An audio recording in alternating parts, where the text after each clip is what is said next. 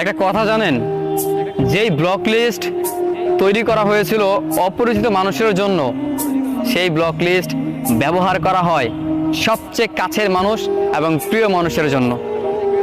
আমাদের পছন্দের মানুষগুলো ব্লক লিস্টে পড়ে থাকে, আর যে অপরিচিত মানুষ যারা, তারা আমাদের লাইফের সাথে সবসময় মিলেমিশে থাকে।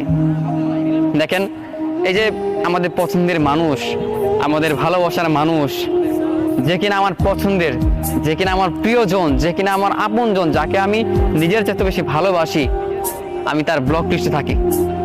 অথচ যে মানুষটার সাথে তার কখনো পরিচয় ছিল না, একজন থার্ড পার্টি বা থার্ড পার্সন যেটাকে বলা হয়, সেই মানুষটার সাথে তার কতই না মিল। সম্পর্কের মাঝে তৃতীয় ব্যক্তির আগমন, আর সেই তৃতীয় ব্যক্তিকে নিয়ে সে সুখে আছে, সে সুখে থাকার চেষ্টা করছে, তাকে সে ভালোবাসে। তবে আমি কি তাকে ভালোবাসিনি? অথচ আমার জায়গা হলো সেই ব্লক লিস্টে। আমি হাজারবার বারংবার তাকে বলে এইটা বোঝাতে পারলাম না যে তোমাকে ভালোবাসি, আমি তোমার হৃদয়ে থাকতে চাই, সারাটা জীবন তোমার মনের মাঝে স্মরণ হয়ে থাকতে চাই। তুমি আমার লাইফে, আমার জীবনে, আমার মনের মাঝে সারা জীবন থাকবে, আমিও তোমার মনের মাঝে থাকতে চাই প্রিয়তমা, তুমি আমাকে ছেড়ে যেও না। অথচ সেই প্রিয়তমার কাছেই কিনা আমি ব্লক লিস্টে থাকলাম। আর যে অপরিচিত মানুষ, তার সাথে কথা বলে, তার সাথে সম্পর্ক করে নতুন নতুন, যে মানুষগুলোকে কখনো জানতেনি না, কখনো চিনতেনি না, তার জন্য আজকে কত মায়া। কিন্তু তার সাথে কথা বলতে বলতে একটা সম্পর্ক তৈরি হয়ে গেল, ভালোবাসা তৈরি হয়ে গেল, আজকে সেই মানুষটা আপনাকে ব্লক করে রাখে। এর চাইতে কষ্টের জিনিস আর কিছু হতে পারে না।